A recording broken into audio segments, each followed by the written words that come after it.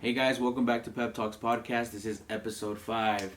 This is a part 2 to talking with Esteban Solorio. If you haven't, I'd invite you to go and watch episode 4, part 1 of talking with Esteban Solorio, where you get to meet him, learn about his upbringing, and the steps he took to reach the recent success he's had in his life. Once you're done with that one, we'd love to have you back and watch part 2. If you've already watched part 1, welcome back. Thank you for watching. Like and subscribe, and enjoy the show.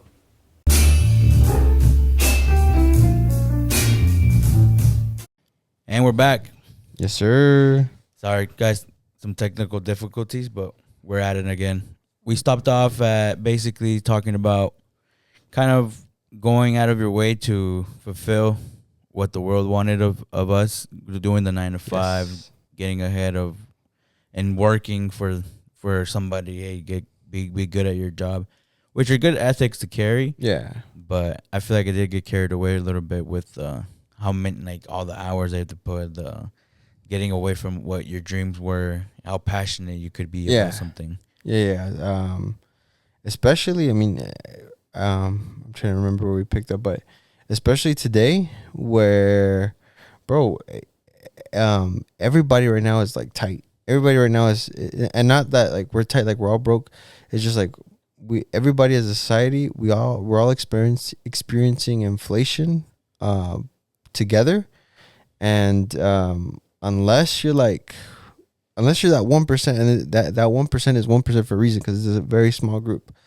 If you're the regular common Joe, you're feeling it, bro. You're feeling how expensive stuff is: food, rent, insurance, bro. I see some of these policy increases from when I first started doing insurance to what it is now. Some of these policy increases are insane, and like, I've had people be like, "Yo, I can't afford that. Like, I'm barely making it as it is." And so I'm telling you, like, I try my best. I try my best to Just help out. Yeah, because I get it. Like, we're all going through, like I was telling you, we're all going through that human experience together. Some of us at different stages. Some of us, I don't want to use the word blessed, because we're all blessed to be alive. We're all blessed to, like, have another day above earth. There's people in other parts of it's just not in other parts of the world. There's always somebody that's going through worse shit than you are. It could be worse. Yeah. And so it's like, you have to really value the opportunity that you have in front of you. And if you value and you're grateful for what you have in front of you, there's nothing wrong with being ambitious. Me, myself, naturally, I'm a very ambitious person. If you know me, you know that I'm always like, oh, I want this. I want to do this business plan. I want to go here. Oh, I got this car. I want to get this other car. It's not that I'm not grateful for what I have. I'm very grateful. I pray every single day, and I thank God for allowing me to experience, the things that I do. But being ambitious can be a little of a double sword, because you might sometimes unintentionally begin to unappreciate what you have. And you, like the saying is, no aprecias lo que tienes hasta que no lo tienes. That shit's very true, bro. You don't realize what you have in life until you no longer have it.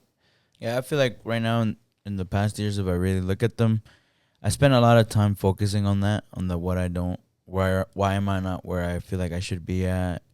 And yeah, I feel like that mentality really dragged me down mentally. Yeah, it made me feel like I wasn't doing anything and that's the scary part, when you feel like you're not getting ahead, or you're but everybody's kind of like, hey, like, you're doing really good, and you're just kind of like, I don't know if I am. And you feel, and I feel like that's when imposter syndrome kicks in. Where you're like, am I really like what they're saying? I don't feel like it. But I feel like it's just that you saw somebody else do something better, but you put yourself in their shoes. If you really were to do it, you wouldn't want to. Maybe you don't even enjoy as much as they are, because it's for them. It's not for you. Yeah, and it's just like going back to the identity. It's just maybe at the time that's the person you're supposed to be, and you're supposed to live through identity till you do something drastic in your life. It doesn't have to be something drastic. Till you change something in your life to get out of that identity. So it's just like, I use a common example, an alcoholic, especially because, we're both Mexican, and like, that's something very, very prone to happen. Yeah, prone to happen. Alcohol. It's like, if you fall into alcoholism and you drink when you wake up, you drink in the middle of the day because you need a drink, you drink to go to sleep. It's just like eventually you being surrounded by booze, by alcohol, but whatever, that's your identity, bro. You're an alcoholic. And until the day that you realize I don't want this identity anymore, I'm gonna quit drinking, nothing's gonna change. And so it's like that with any other part of your life. Whatever identity you are at the moment, if you don't like it anymore, you gotta do the hard change to get out of that identity. And it turns out that the hard change is the only thing that was keeping you from that reality. Yeah, and that applies to habits, that applies to relationships, that applies to money, bro. Like if you're trying to get ahead in life and just like whatever you're doing right now isn't working, realize like, yo, what I'm doing right now isn't working. I need to try something else. Even if it seems scary, even if you don't know how it works, you just need to change or tweak your life. And then anybody's capable of this. Obviously, some people are more limited than others, but anybody is capable of turning their life around. And when you do you feel like the phrase "call it quits"? Sometimes it's good. I feel like as humans, we can get burnt out. I know I have. Shit, bro. Like, you know, I like I was saying before, I sold my agency a few months ago, and it's just like part of me, like after I sold this, I don't want to say it's like a part of regret, but part of me is like, damn, did you quit? Did you not continue to keep going? Did you not continue to like see how further you could have gone? Nah, bro. Like I saw it as taking advantage of my resources And what you did. and exactly. And You're like, I busted my ass for this yeah, opportunity. it's just like, okay, maybe I know lo quería hacer and I wanted to like end it right there, but I'm not stopping right there. Like I'm not saying, okay, I'm 28, I'm not gonna work another day in my life. No, of course not. I'm gonna continue pushing. See where this new identity that I'm forming, see where that identity is gonna take me. Like another identity that I kind of introduced myself is I'm a car enthusiast, bro. I fucking love cars. I love trucks. I got a side by side. That's another hobby of mine. You have an arsenal. You have a fucking list right now. I've been through cars, bro. I've had more cars than girlfriends in my life. That's just to say it. And hella fucking cars, bro. But that's what I'm saying. Like that's an identity that maybe one day I'll get out of it. But right now, that's my identity, and I kind of want to make something out of it. I don't know if I want to open up a dealership. I don't know if I want to car detailing something. That's something eventually I want to do too. What was your first car? It was back in 2013. It was a 2004 Saab 9.3. Damn. Turbo. So I thought I was hot shit, bro. It was a piece of shit. It had like 200 and something thousand miles, but I thought it was cool. It had turbo. This was before I knew cars, and I'm like, oh, it's got turbo. It's fast. My friends thought it was cool, and that's all that mattered. But what ended up happening to that car? I ended up trying to drift that car. And again, this is before I really knew about cars like that. That car's front wheel drive. You're not going to be able to drift a front wheel drive car. Right. To drift the car, you got to drift the car that the wheels spin from the back, rear wheel drive. So me and my dumbass brother, we tried to drift my car, and I hit a curb and I broke all the suspension components, and it's a Saab. Nobody knows what a Saab is because they don't exist anymore. So like parts are super hard to come. And after that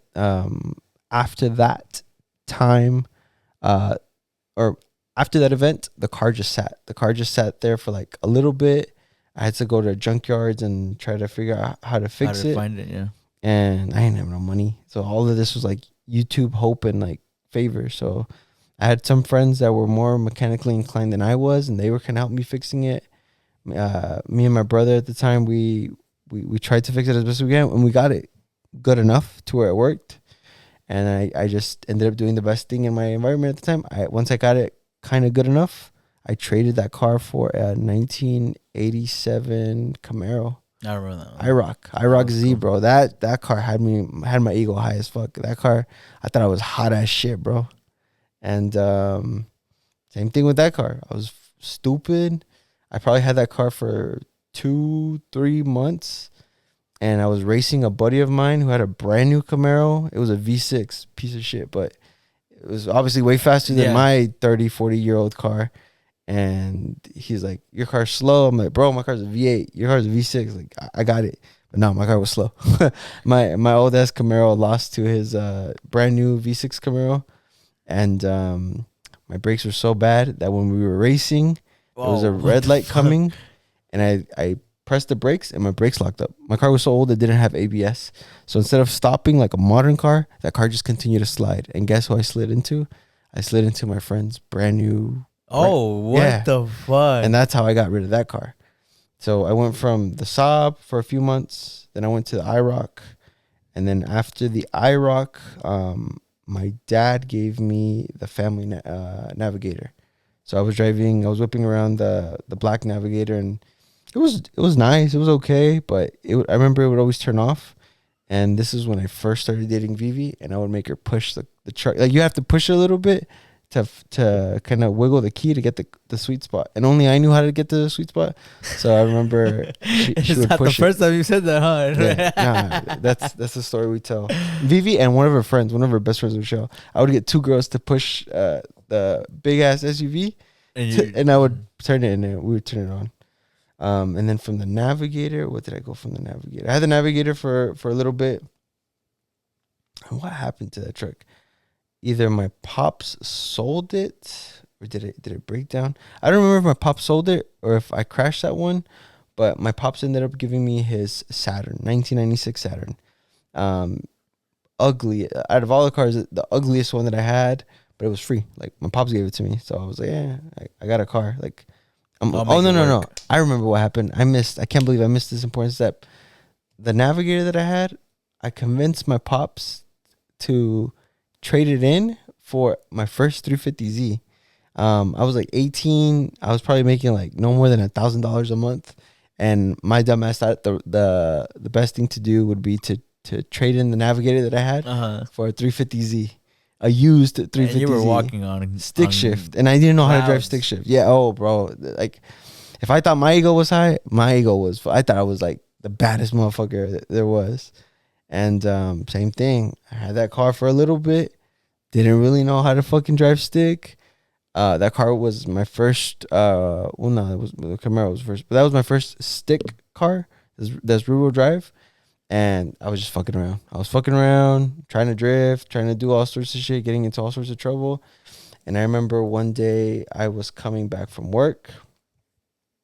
I think I was like going to go see Vivi, and then I was going to go see another girl. And my dumbass, I rear-ended somebody. Driving too fast, driving too stupid. And same thing. I probably had that car for 4 months at most. And I fucking crashed it. I crashed it. Luckily, the insurance paid it out, so I wasn't like upside down, and that's when my pops was like, "Ya no te voy a ayudar." Like, I gave you the Navigator for you to move around in. You traded it in for the thing. He was like, the only other car like I have left for you is this beat up 1996 Saturn, and I was like, okay, cool, like, you know, it's a car. I was a little bummed because I went from like a 350Z to a Saturn, but it is what it is. I crashed the car. I got to face my consequences.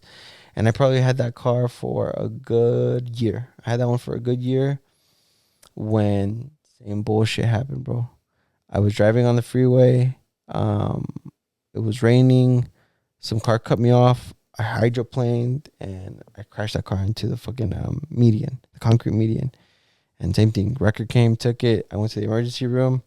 And that's when my pops was like, ya no mas. Like, gave you the Navigator, crashed. You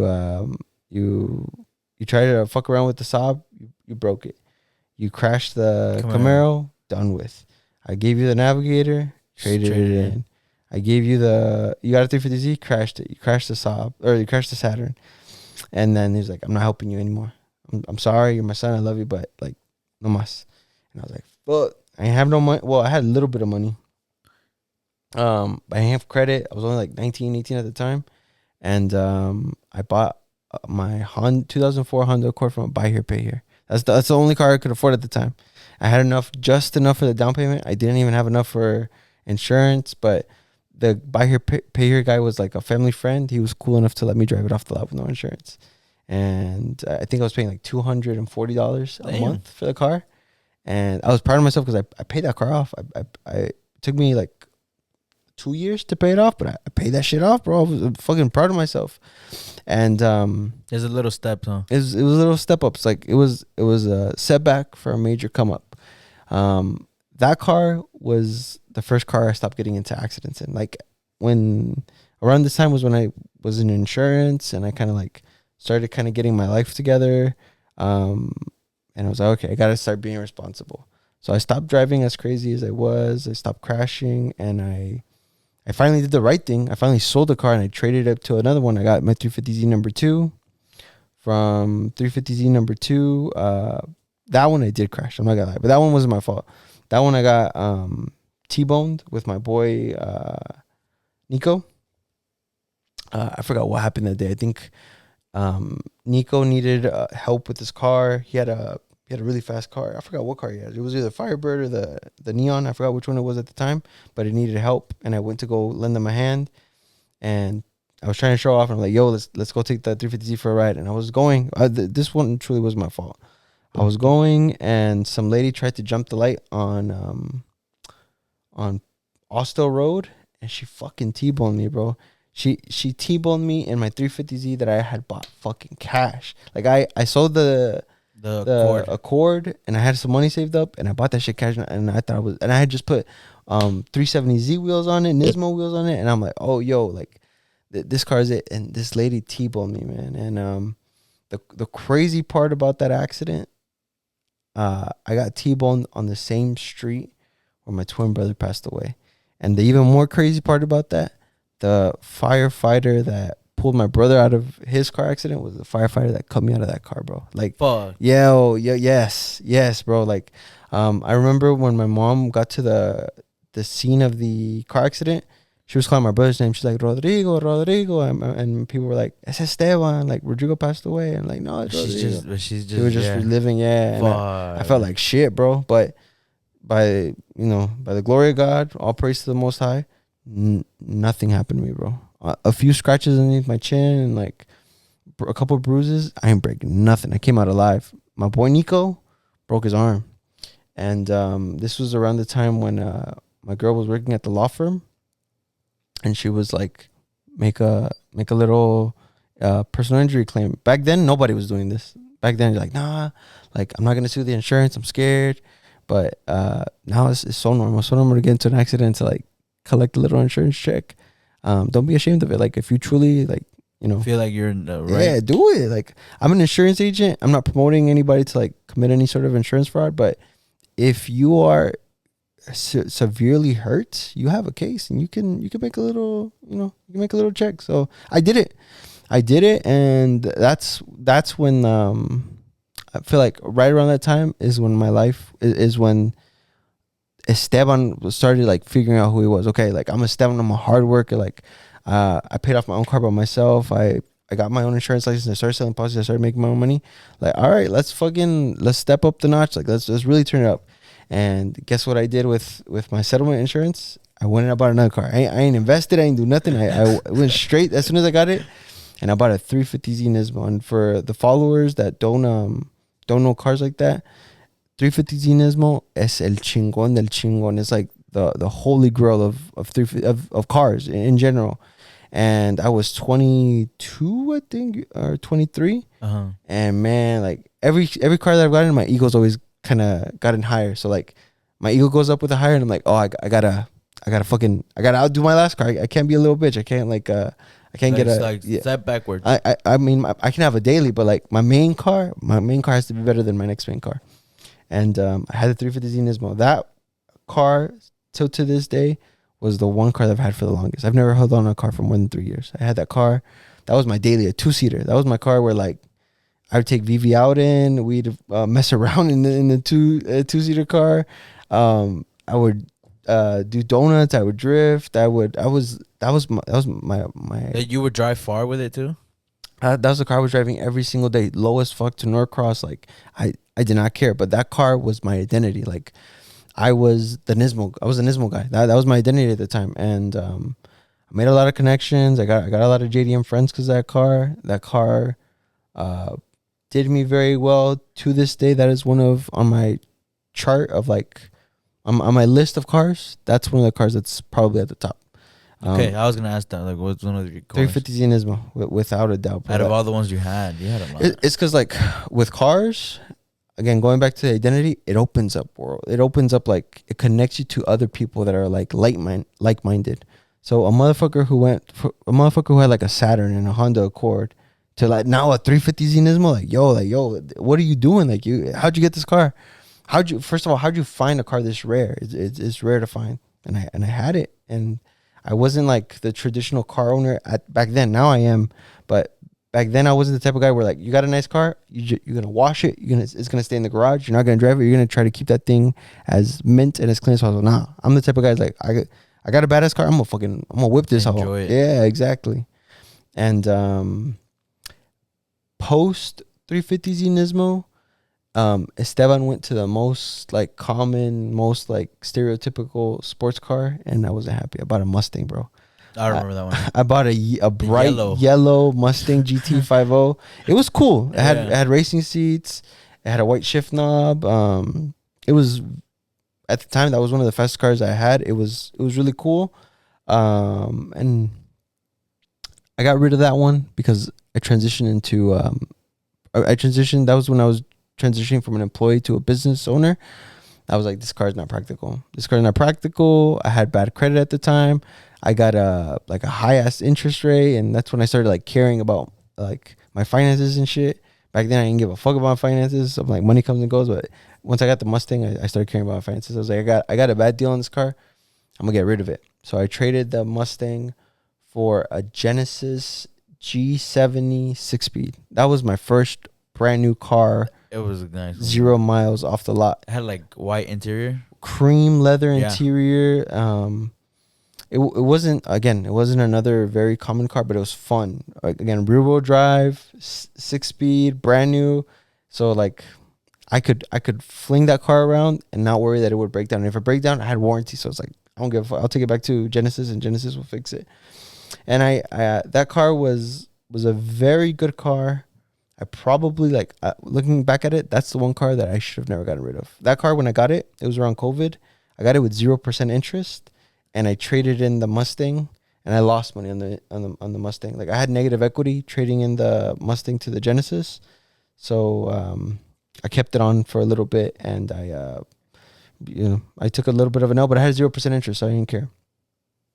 And then with the Genesis, I'm really out here telling you all the cars that I had. It's a lot. Yeah, I'm surprised that I know where you're at, and you still have a lot. This is like, that's where I'm just kind of like, holy fuck, it did go through a lot. These are my main cars, bro. I haven't said my little projects. I've been skipping a little bit of projects. Yeah, I know you're missing a few, and that's why I'm like, I didn't know. Yeah, no, I'll add the little project cars that I've had. I don't count the project cars because, like, those, I didn't really drive them every single day. Those are just like, I'm the type of guy where I buy a car, ugly, I fix it up, I get it to where it's really nice, and then I get tired of it. At its peak, when you think you should keep it, I get tired of it, and I either trade it, sell it, and get something else, and do the process. That's what I like to do.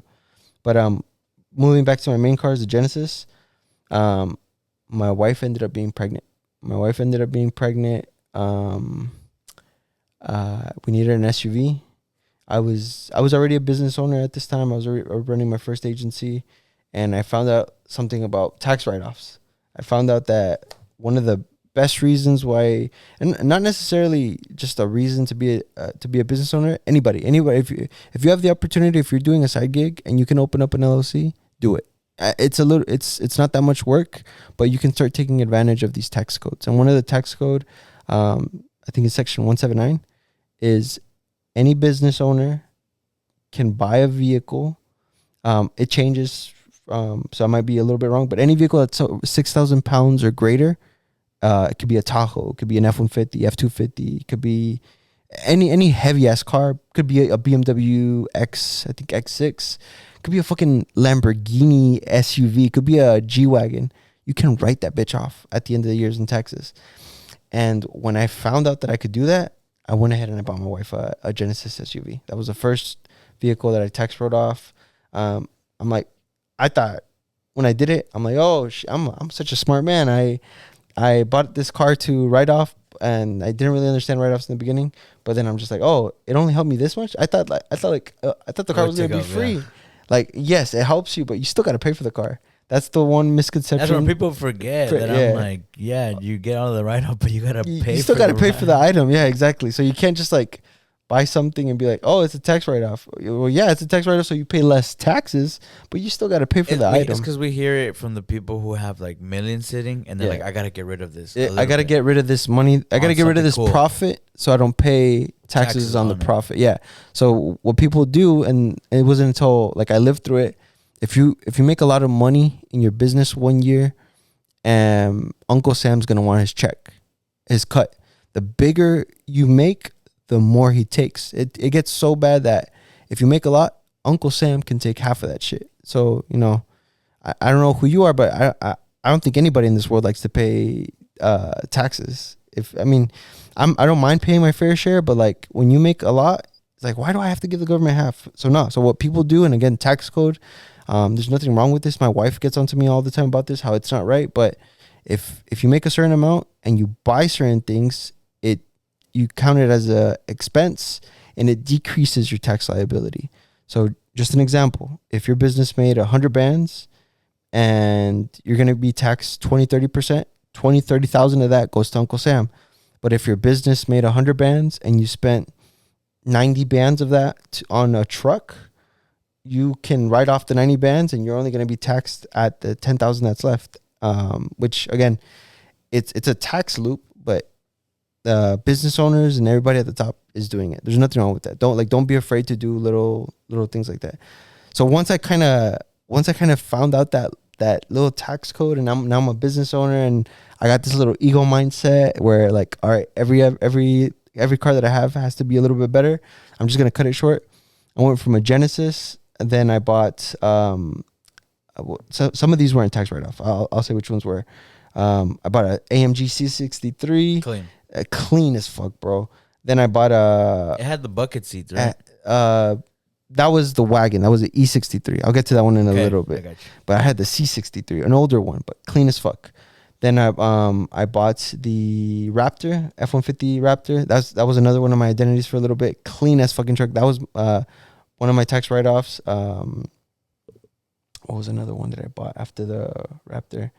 No, I guess in between the Raptor, I bought a 2018 AMG E63 wagon, flat silver Gardnado, some crazy name color with AMG bucket seats. Hard ass car that I had, bro. I only had it short lived because it was a lemon, but hard ass fucking car. I drove it with Toño one time, and the compliments you get with that fucking car, bro. That car was insane. It was just loud. Then I went from what other car? I'm missing a buttload of cars. But I went from the AMG, got rid of it, and then not too long ago, I traded in my Raptor for a 2021 F-150 Shelby Super Snake. Fuck it, you did. Pinche mamalona, bro. Like, talk about mamalonas, mamaloski a la verga, bro. Like, it's funny because I'm Mexican, and everybody's like, oh, bro, you're hella Mexican. I was like, well, I am Mexican. Like, I don't give a fuck. But that truck, bro, that truck is. Well, it's because for a little bit you were like the car guy. Yeah. Like the fast car. But But that is basically a fast car in a truck. Like in a truck, 775 horsepower. That motherfucker fucking hauls, bro. Quema llanta como nada. That truck is, again, if I get another vehicle, it's because I'm going to do something better. The only other vehicle that I've had that kind of compares to that close is my AMG. But that two vehicles on totally separate spectrums. AMG is like classy, kind of like I mean, both of them are boss vehicles, but classy, sophisticated. Even though it's fast, it's more sophistication. And the Shelby, fast, like a pinche way, like it's loud on all aspects. It's two totally different spectrums. And then I guess to kind of give you guys a rundown of my projects. I've had four 350Zs. I've had two Nismo 350Zs. I've had three 240s. I currently have a 180SX Type X. Okay. I had that's a right side, right hand drive. It's an import. I had the F-150, the single cab, the old school one. I had two Mercedes wagons. One of them was a turbo diesel. One of them was slammed on the ground. I had the Toyota Land Cruiser 4x4. Bro, Awesome truck. That one was cool. I had a Jaguar at one time. What other project car did I have that I think I'm missing? You already said the 240s? The 240s, the 350Zs. There's probably a few other ones, but if they come to mind, they'll come to mind. You guys can follow me on Instagram at Esteban Solorio and go through my timeline and see whatever cars I post. Oh, and then my wife's car. I'm starting to get my wife into cars. Right now she's whipping a Tahoe High Country. Damn. Yes. I didn't know that. That's a new one. Yes, that's the new one. I had gotten her the Genesis. I helped her get the Honda Accord Sport. And then I'm trying to convince her to get a JDM car. I'm trying to convince her to get one of the little small. Have you seen the small JDM pickup trucks? Oh yeah, the tiny ones. Yeah, we went to go look at one today, and she's the blue one, right? The blue one. Yeah, she doesn't know how to drive stick, but like I'm trying to push her to buy it, and she's like, if you get it, like, can you teach me how to drive? I'm like, yeah. And I'm just like, you want me to buy it? Like, I'll buy it right now, babe. She's like, no. Like, I want to buy it with my money. And she's like, okay, like, cool. Like, if you want to get it with your money, get it with your money. Like, that'd be a cool truck. Yeah. That looks so fucking. Those little trucks, cool. That little truck will probably get more attention than the Shelby. And the Shelby gets a lot of attention, bro. And it's right now you're in your entrepreneurial spirit doesn't rest. You're doing something with it right now. With the Shelby. Like as far as I'm gonna keep it, or I'm gonna do something. No, to it? The tire burning. Oh yeah, That's cool. So for the people that don't know, Shelby is like I'm all about like top version is a top version of Ford. So Shelby Mustangs, the most powerful, one of the most chingones. They started making truck variants of it. So the F-150 Shelby, the Super Snake. That it's again Mamalowski. It's just literally like it's not practical, but it's a truck meant for burnouts. So my little sister recently had her gender reveal, and I bought, because she told me the wrong gender. I bought the wrong gender tires and wheels for the Shelby so that I could burn out the day of her gender reveal. I bought blue ones, and the day that I bought them, she called me. She's like, "Did you really buy the blue wheels?" I'm like, "Yeah, because I'm extra like that. I have a Shelby. If I have a chance to burn out, I'm gonna burn out where I can." She told me, she's like, I'm sorry you bought those. You shouldn't have done it. You should have told me. I'm having a girl, and I'm just like, bruh, like I bought these blue tires to burn out for no reason. So I didn't end up burning out at my little sister's gender reveal because she was having a girl, not a boy. So I got the idea of making like a Shits and Giggles post on Facebook, a professional burnout service. And I kid you not, that post got like 8,000 views, and I got like 200, 300 people message me like if it was available. I even got some people to message me and were like, hey, like, can I reach out to you in a few months? I found out I'm pregnant and I want to hire you. And I just made a post where I put a picture of my truck, and I said that I would go to your gender reveal and I would burn out for $100. But I only had blue tires, so on the post I put I can only do boy gender reveals. I mean, like, if this shit takes off, we'll do the girls. But right now we gotta see with the boys. Yeah. If y'all really about it. Yeah, but it's just that's living proof that like if there's something you want to do and you can find a way to monetize it, you can make a business out of anything, bro. It's the best, one of the best examples to show. Yeah. And so with going with the cars and like you have a beautiful home and the families, everything's good. What do you think? What are you thinking about? Like, what's next? Like, do you want to keep going down this route, or I don't want to get too ahead because it's. Yeah. I mean, if you're in the future, you're anxious, right? Yeah. No, but I'm definitely a very ambitious person, like I mentioned. So I have ideas as to where I want to be. I want to repeat things that I've done. So I still want to get into more businesses, being business owners, but I want to stop like doing businesses that I work in and that I can work on. Meaning like I want to get into businesses where I don't have to be there as a person to make it run. I can be above, have my people do it or pay my people to do it, and me just like work on the business, how to grow it. And then just keep repeating the process, keeping the ones probably that are passive, because you can only keep flipping businesses so much. You can't expect life. You don't know what's gonna happen with life, and you still kind of want cash flow. That's the name of the game. Is you want money that's coming in. You don't just want a lump sum of it. Because now that I know about taxes, having a lump sum of money, even though it's nice, like I was telling you, Uncle Sam wants half of that. So nah. The name. Let me get that. Exactly. The name of the game is it coming, like checks coming. Having a business que te sigue dando. Because even si te da poquito, if it spreads out, no te quitan tanto a lo largo. So I still want to do businesses. I've had a little fantasy of getting my pilot's license, flying a plane. I've been talking about it for a minute. I think I finally will stop talking about it, and soon we'll kind of maybe try to get my pilot's license. Definitely not leaving insurance. I talked about my insurance journey, but I didn't really talk about insurance as to like what I do, because it's honestly a little boring. But I'm very heavily invested in it. I think it's kind of idiotic for me to just like leave it cold turkey.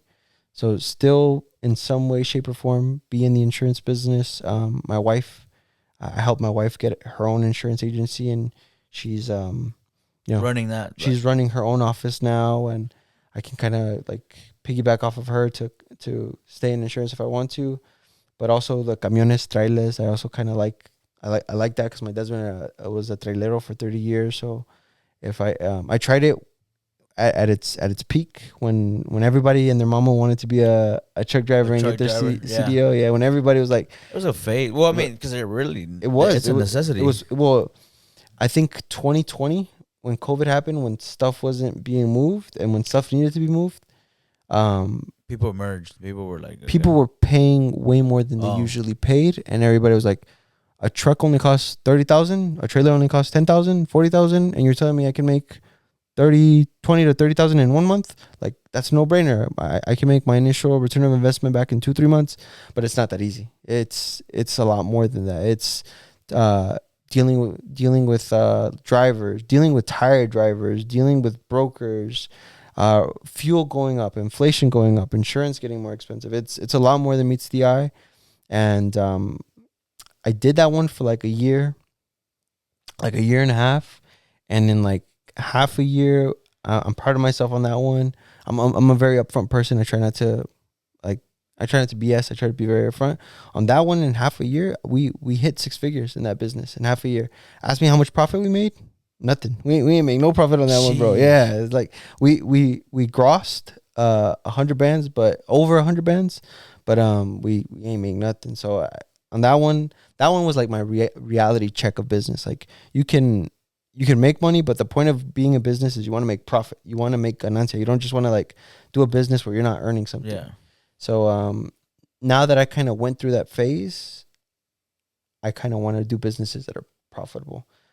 Just like everybody else, again, everybody else and their mama, me interesan car washes, me interesan laundromats, like businesses that are going to kind of, I guess, sustain or stay or build good cash flow. But I guess now that I'm entering my 30s, now that I am a father, I'm a devoted husband. I love my wife. I feel like I didn't talk about my wife as much in this podcast. She'll probably get on to me, but I love my wife. Shout out to Vivi. I love you, babe. Part of who I am is because of you. If I do another podcast, I swear I'll No, but we mentioned that. Yeah. And it's good that like, it's not that we don't want to like focus on that part. It's just that sometimes it's still good to be one and one. Like, yeah, we are one, but like we're it's made up of 2 people. Yeah, and that each person has their own. Yeah, each person has their own. Like I was saying, each person has their own passage in life. Everybody has their own thing that they're living through, and she, just like me, she's going through her own thing. She's going through motherhood.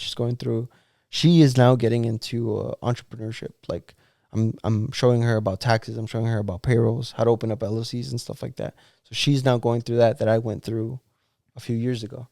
So I'm pretty sure she has her own story to tell. But and I feel like it's more fulfilling now that you get to help somebody in a situation that you were in by yourself. Yeah. So continue the business journey, because I've realized that there's nothing like having the time for yourself. I mean, you can attest to this, bro. Like, you're your own boss. There's nothing like you being able to decide, I don't want to fucking work today, or fuck this. Like, I don't. Like, I'm taking off. Exactly. So that ultimate freedom or that piece of freedom of having your own say in your life, not just being tied down to a 9 to 5. There's nothing wrong with having a 9 to 5. Again, make the best of your opportunity. I had a 9 to 5 longer than I've been in business. Like, This is new at a certain point, at a certain degree. This is still very new and exciting to me, and I want to kind of see where this entrepreneur spirit takes me to. But at the same time, fatherhood. I think my entrepreneur spirit is still pretty high up there in my identity, but what's kind of high up there in my identity too is fatherhood and being a provider. I want to continue to spend more time with my son, and I just like every other person, I guess, or every other father right now, quiero comprar terreno, güey. Quiero comprar terreno, quiero tener un pinche rancho and, you know, have Like a little staple, like a like what I don't know what it is like about that being out there. that mindset, but just like wanting to have your own land. I don't know what it is. If manifest destiny, an American dream, whatever it is, I want that shit too, bro. That's another little fantasy of mine that I want to have. Nah, that's a good one. I think, especially us as men, we all thrive to have that ranch. Yeah, exactly. Have that entrance with a nice portón and your family name on top. Badass, bro. And it's good. I feel like it's very healthy to have those aspirations, those ambitions, because you kind of have at least a light to look forward to. Like at the end of the tunnel, you have somewhere that you can try to be, rather than kind of going in dark mode where like you don't really know where you're going. I'm just going. Yeah. And yeah, that through that you'll find your passions, you'll find who you are. The challenges will define who you, like what you can and can't do, or can't do at that moment. Yeah, without a doubt. And that's the cool thing I feel like I've always learned about this on being on your own, is that it's like a video game. Like you do die at a certain level, but you already have the knowledge of what you did. Yep. So at a certain point, you can't just stay at the bottom. You're gonna get back up, and now that you get to that point where you lost, it's just a hop over. Like I already know what to do. Yeah. And if you could do it once, you could do it twice. Yeah, without a doubt. And I've seen a lot of people lose, and that's the scary part that not a lot of people really pay attention to. But in reality, that's what a lot of people have been noticing. You lose when you play it safe too. You get fired after that 20-year tenure that you had, you know? It's like the one thing that I do accredit being in the insurance business for so much is learning about risk mitigation. It's like insurance at the end of the day, all it is a transfer of risk. It's like if for example, if a young person comes to me with barely got their driver's license, barely is first time getting a car, that person's going to pay a lot more because they're riskier. They're higher risk. It's more riskier for the company to insure that person. The probability of them getting into an accident is higher than, say, somebody who's 50, 60 years old, had insurance for 20, 30 years, has a clean driving record for the last 10 years. That person's not going to pay as much as the new driver. So that mindset of risk also kind of helps me now that I'm older, now that I fully understand that, take some sort of risk in life. Todavía soy cabrón. Like I still do crazy shit here and there. I travel all the time with my wife and my son now, and we do all little sorts of adventures. But I know what risks to mitigate, not to do, and which ones is worth doing. But at the end of the day, todo es un risk. Life's a risk, carnal. Yeah. Damn. Nah, bro. I feel like I myself actually got to learn a lot about you. I feel like you've gone through a lot. You've had to learn through a lot at a young age. There's still a lot that you're gonna learn, and I think that's the cool thing that we can look on from now, is that what's to come. If all of this just happened and all of this barely happened, yeah, it's something very exciting to see.